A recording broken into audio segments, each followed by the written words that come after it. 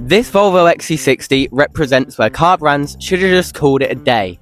It has everything you could ever want and need, but nothing more.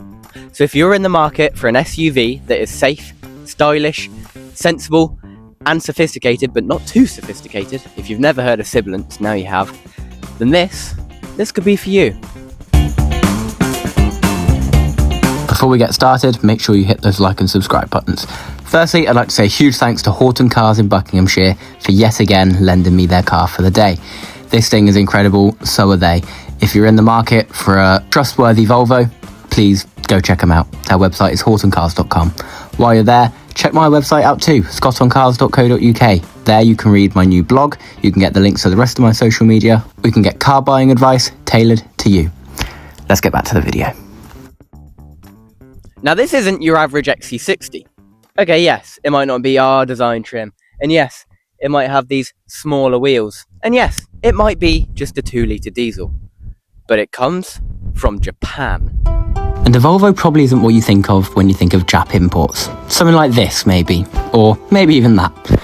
But getting a Japanese imported Volvo is one of the best ways into a great spec or rare Volvo. Like this one. This is both great spec and rare, mainly because of how great spec it is. While any history you get with the car may be unreadable due to Japanese language, you can be reassured by the Japanese car culture. These guys really look after their cars. It's just their way of life.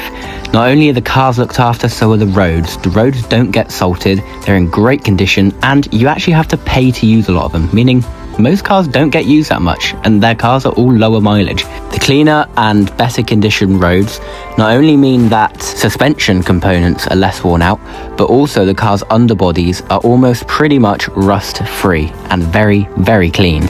The Japan market Volvos are also built in Sweden with the UK market Volvos. It's just an extra step onto the process. All in all, it means you get a great spec car because the Japanese cars are just better spec'd for prices that pretty much match the worst UK cars due to the stigma around Japanese imports that really shouldn't be there, especially not for Volvos.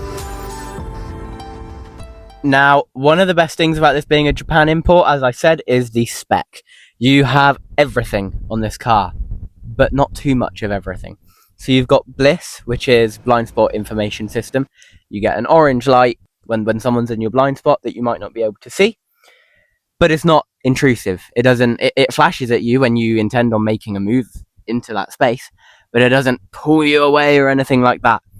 Another thing that's really good like that is that the lane keep assist doesn't pull you in. It doesn't make you fight with the wheel. It simply lets you, it bings you when you're moving out, and you can turn it off at the click of a button, unlike in many cars. You then got adaptive cruise control, and I've tried this, and oh my god, this is my first time driving a car with adaptive cruise control. Game changer. You literally press a button and you don't have to brake, accelerate. Obviously you want to keep your eyes on the road, you want to intervene, you want to change lanes. It doesn't change lanes for you, this car, but if you're on a single carriageway or you just want to stick behind someone in traffic, this thing is the most relaxing thing to drive. On to that point, the seats in this car, as with any Volvo, absolutely sublime. The whole car is built for comfort. You can tell the leather on the steering wheel is beautiful. The quality all around is very soft, very good. Even when you get down to here, it normally gets a bit more brittle. I mean, it stays very good compared to competitors. You get all this nice wood veneer, which just makes the car seem more luxurious. Now, I'm not sure what trim level this car is because it is a Japan market car, but I reckon it's probably the equivalent of an SE Lux. Also part of the spec, you've got all-round parking sensors, you've got eco mode, you've got reverse camera, but it also has side cameras, so it's essentially surround view camera. You also get this tinted panoramic glass roof, which tilts and slides back.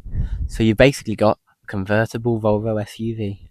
Start, stop, keyless entry, the list goes on. You get the point. This car has everything, but it doesn't have too much. It doesn't interfere with you. There's no massive screens. In fact, I think this screen is perfect. It doesn't get in the way. It's not obtrusive.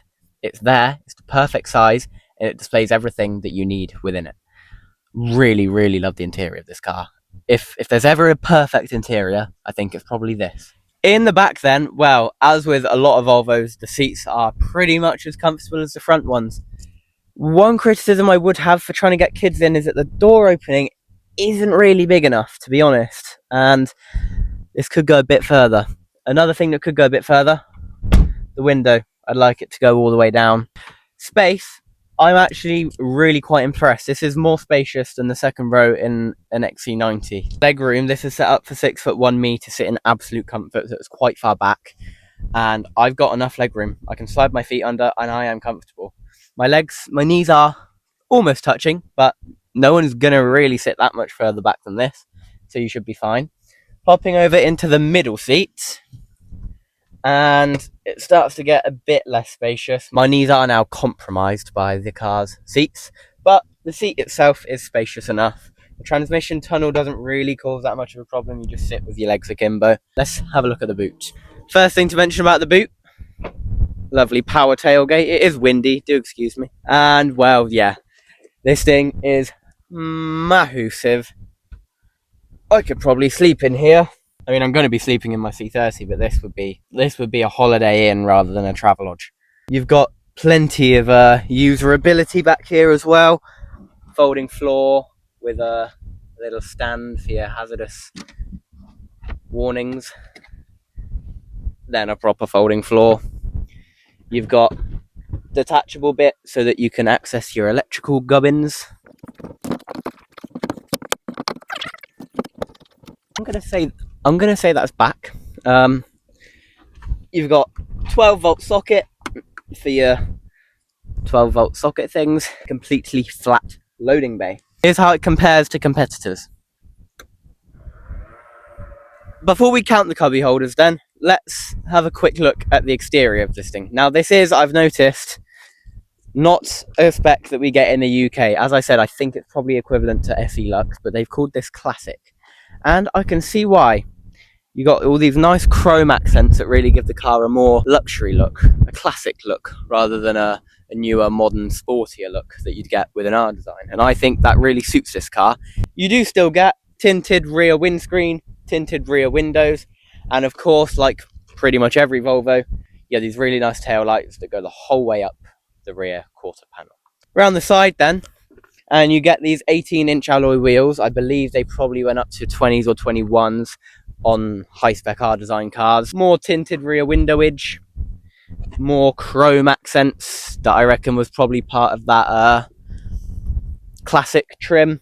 And these are the power folding door mirrors, so they do swoop in if you just click both the left and right buttons on your panel. Round the front, very typical XC60, you do get this little block for the radar in the grille, which a lot of people don't like. I do like it because I can then identify who's got the nice spec cars when I'm driving down the road. Chrome grille, chrome bottom. This car's very chrome. Black on chrome though is a good look. Bit of a panel gap for the bonnet. Yeah, I think overall it is a very good looking car. But you can make up your own mind about that. What you can't make up your own mind about is how many cubby holders there are. So let's find out. Alright, starting off in the back then, we have one, and I'm really quite disappointed with the size of that. The door bins in the back are normally just as big as the ones in the front. Not here. Kind of fits the small door opening though. This time no. So we've got 1, 2, 3, 4. Nothing in here. Nope. You do get another 12-volt socket though. 4, 5, 6, 7, 8.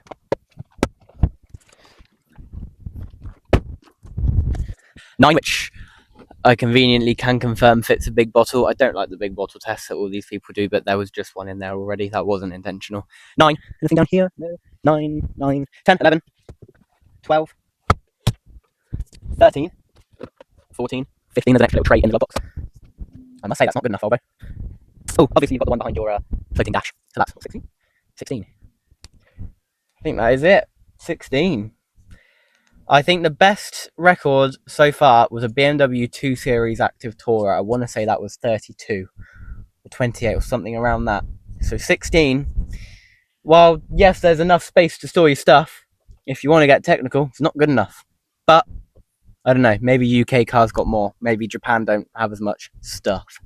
Let's move on. Well, on the road, this thing is an absolute dream. That's the only way I can describe it.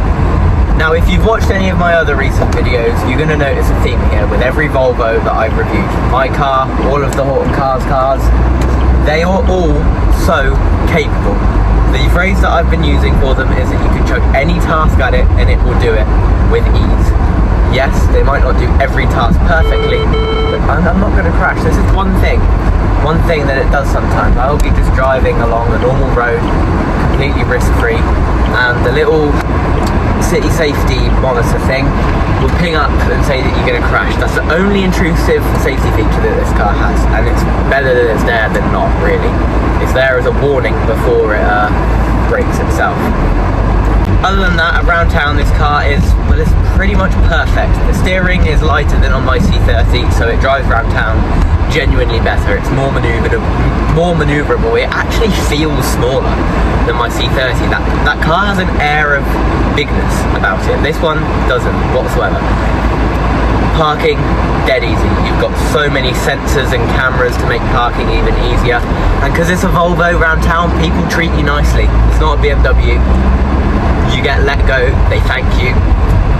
You get that when you drive a Volvo. This D4 engine is a 4-cylinder block, so it's not the 5-cylinder, because it's 2017, so it was a Geely engine rather than a Ford or a Volvo engine. So it's 4 cylinders, very economical. I think it's circa 200 brake horsepower. I'll put up the actual figure, and I can confirm that this car definitely goes. You never feel yourself urging for more power. It never lets you down. It does a perfect job, so that round town you can nip out of junctions quickly, you can make overtakes around cars if there's not enough time. But where that engine really shines is on the motorway. Now, I was planning to join the A34 in Oxfordshire to show you how this car does on a dual carriageway, to show you how it enters a slip road with its power. But naturally, being the A34, if you're familiar with the road, this is what I've been met with. Brilliant. I'll find another fast road for you. Really annoyingly, the camera glasses are out of charge, so you're just going to have to look at my face only. But annoyingly, I can't show you this, but this car has adaptive cruise control, which is perfect for this traffic on the A34. So you just set the cruise control as normal, you press the button down on the center console for your active cruise control. So you set the speed, which means that you won't go above that speed, but if the traffic in front slows down, it slows you down with it. You've then got buttons on the steering wheel which control how far away and close you are. So the traffic ahead is slowing down, I'm doing nothing, I'm obviously holding the steering wheel, but you get the gist, you know how it works. It's just really impressive that such a smart system is on a 2017 car. Now with Japan imports, I've even seen this system on a 2009 or 11 Volvo S80. Genuinely, Japan imports get the best spec. So we have picked up speed a little bit. I'm at 50 at the minute, and this car is keeping me super comfortable. The aircon is ice cold. It's got clean zone climate control, which I think has just a different air filter in the climate system. Going over this rough section of the road irons out the bumps. You can still feel them, which is nice. There's feedback from the road. You can feel what's going on underneath you. But the way the suspension irons it out means that it doesn't make you uncomfortable, which is a perfect mix. Getting off the A34 then. Really annoyed about these sunglasses. You can't actually see what I'm doing, fact check what I'm saying. So I'm just in this village where I always drive through in these cars just to test how they go over a really nasty bit of road. So the speed limit is 20. I'm doing 20 over this nasty section. Oh wow. I mean, yeah, you got a bit of a, but you're always going to. It's a horrible bit of road. I think most impressive about that is that I didn't have to fight with the wheel or anything. It just kept going straight. Right, let's test the power into the 60. Well, that should sum up for you that this car has plenty of power. Now that I'm at the speed limit 60 on this straight road, I can tell you that this thing is incredible. Like I said, this is what this engine is brilliant for. It's so quiet. Slightest bit of wind noise above 50, that's it. No engine noise, bit of road noise, but realistically you'd have the radio on. The only reason I don't is because it's all Japanese still, so I can't quite figure out how to work it. Let's see how it fares on a twistier road. Is it pure relaxation, or is there a sportier edge to this car? Around this corner then, downhill, This car is very capable, I can tell you that from the outset. It feels a lot smaller than it is. That's really impressive. That was...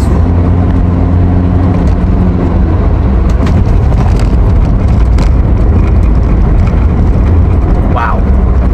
Poised, composed and ready is how I would describe this car. It really performs on a back road. In no way, shape or form is that inadequate.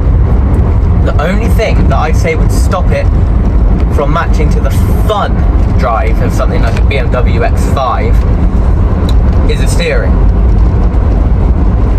There's nothing to it. You can wiggle it about when there's cars coming and nothing will happen. Okay, yeah, it does get a bit better once you start to turn it a bit more, but that dead zone around straight ahead kind of limits the feel that you get when you are making those shorter turns to the wheel on a twisty road like this. I'll tell you one thing, very, very easy to go faster than you think you're going in this car. The lack of noise and the comfort just means that you can keep going and think that you're still doing 50-60 mile an hour. Of course, I have been, but I'm just saying it's easy to realise that you're not. This XC60, for want of a lesser popular phrase, is the perfect all-rounder. Any task that you throw at this car, it will do. You want to hustle it around a back road? Go for it. You want to trek 1,000,000 miles on motorways? Go for it. You want to just use it to get your kids to school, drive from one end of town to the other? Go for it. Thing's got range. Thing has got range. The other kind of range it's got is fuel range. I've stayed on half a tank the entire time I've been driving this, and I've driven a fair bit. But it's definitely all those additions that you get from it being a Japan import that really make it into that perfect car that it is. By no means is the regular XC60 inadequate. It's just a nicer thing to drive. Pan roof, it's tinted, it's a sunny day, I feel no urge to shut it. Just lets a more airy, spacious feel to the car. All the lane keeping assist and the bliss and all of that is more expensive and harder to find in the UK. You're safer, you can trust the car more. Active cruise makes for the most relaxing drives. That import factor makes this car, to me, so much more desirable, and I would specifically go out and look for a Japan import rather than buy a UK car if I were to get an XC60, which, I'll be completely honest with you, if I run into a bit of money, I would not hesitate. This car is fantastic. And that pretty much sums it up. I feel in no way inclined to do a verdict, because I think that kind of... shut up. I think that kind of sums it up. If a car is perfect, what's the need for a verdict? I wouldn't say it if it wasn't true, because it's an overused phrase that I don't like, the perfect all-rounder. But that is unfortunately exactly what this car is. It's practical, it's brilliant to drive in every way, shape and form. It looks good, it's nice inside, it's economical, reliable. I'm struggling to find a fault.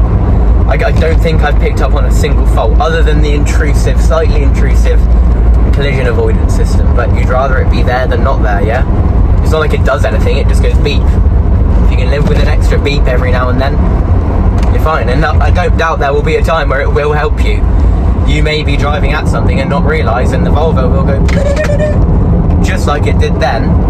I was reversing, doing a 3-point turn, and there was a motorbike coming. I saw it, but that's the kind of thing that causes so many accidents. The fact that my bliss and the collision avoidance system flagged that up, fantastic. The video should be finished. I shouldn't still be talking, but I'm trying so hard to find a fault. I can't even say it rattles, because it doesn't. The only rattle I've got is from a trade plate, and that's just because of the way it's sat. This car has aged fantastically, inside and out. I wish I could fault it. I really wish I could fault it, because it feels like a biased review. Massive thanks to Autumn Cars. They've given me this car for the day. I'm an honest guy. I'd say on this review if this car wasn't perfect, but I'm struggling here. I'm struggling. Thank you guys as well very much for watching, and I will see you on the next one. Adios.